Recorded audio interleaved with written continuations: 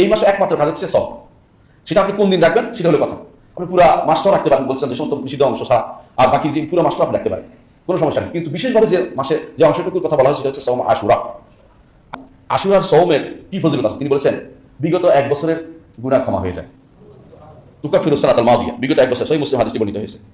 অনুরূপে আবু কাতাদা রাদিয়াল্লাহু আনহু অন্য বর্ণনায় আসছে, ইবনে মাজাহ বর্ণনা করেন হাদিসটি, রাসূলুল্লাহ সাল্লাল্লাহু আলাইহি ওয়াসাল্লাম তিনি বলেছেন, সিয়াম ইয়াউম আশুরা, আশুরার দিনে সওম পালন করলে ইন্নী আহতাসিবু আলাল্লাহ আন ইউকাফিরা সানাতাল লাতী ক্বাবলাহু, আমি আল্লাহর কাছে আশা করব আল্লাহর কাছে তিনি আগের বছরে তিনি ক্ষমা করে দিবেন আমাদেরকে।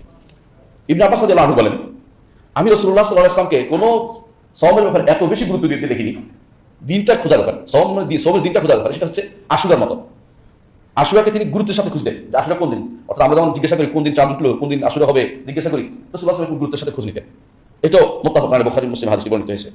এবং এই মাস তিনি রমাদান মাস আর আশুরা ছাড়া কোনটাকে এত গুরুত্ব দিয়ে তিনি খুঁজতেন না। এটা হচ্ছে আসলে দুটোই গুরুত্বের জন্য খোঁজা